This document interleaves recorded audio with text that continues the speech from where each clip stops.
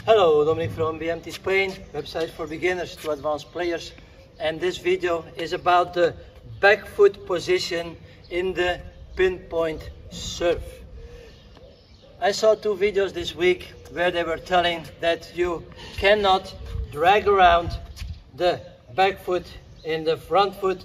You have to keep the back foot behind the front foot, and if possible have a line of your toes to the outside post. So your foot has to be around the middle, let's say, to have a good line.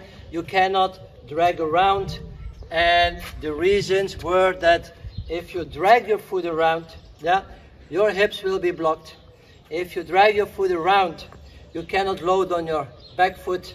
If you drag your foot around, all the energy that you would store here and you are now here will result in nothing. If you drag your foot around, you have to coil, and if you coil, you will pull your elbow past your shoulder line. And if you drag your foot around, your hips will be too open, and your chest, to name a few things. Now, all five I do not agree with, and because I heard it, I said, well, let's make a video about it.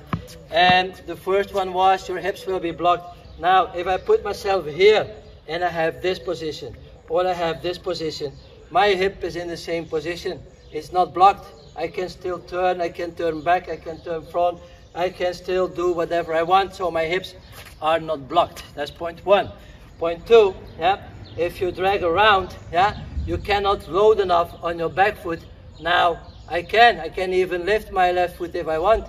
I can also here, I can lift, because they showed an exercise when you're here, you serve out of that foot. Well, if I drag around, I can also lift and serve of that foot. So that you cannot load is also a little bit not true. And all the energy that you store here, you will have no energy here. Well, I can push up of that leg easily. So also that is not true. And then the chest and hips, if you put this, are too open. Well, if you lean backwards, it's open. I can also have my hips and my chest too open in the normal position. So also that is BS. And then point five, I have the shoulder. So because I want to coil, I will pull my elbow past my shoulder line. But if this is my loading from my upper body, I can also, in this position, pull my elbow too far away. So also that, here I can pull too far, and there I can pull too far. So here, this is okay. Now, none of the 5 points were true. So I thought, let's make a video about it, and this is the video. Now, I don't stop there by saying it's not true. I'm also telling you, especially for recreational players, that you have two advantages by dragging your foot around. And the two advantages is, the first one is rotation. Here you need rotation to serve. Now, if I'm going to put my foot like this and I'm going to jump, nothing happens. Now, if I put my foot here in front and now I jump, my body starts to turn automatically. So this is already an advantage, because a lot of people have problem to turn. And if you put your foot in front, also they say that your toes, when you're serving and you drag your foot around, your toes are coming parallel to the baseline.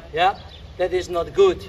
Well, if I watch Karlovic, if I watch Potro, who serve over 240, and Wawrinka, and I see them doing this, there's no problem. Even with my toes here parallel to the baseline, I can still get my hip in the back, and I still can have my upper body turn. So I think this is a very good coil, this is a very good stretch.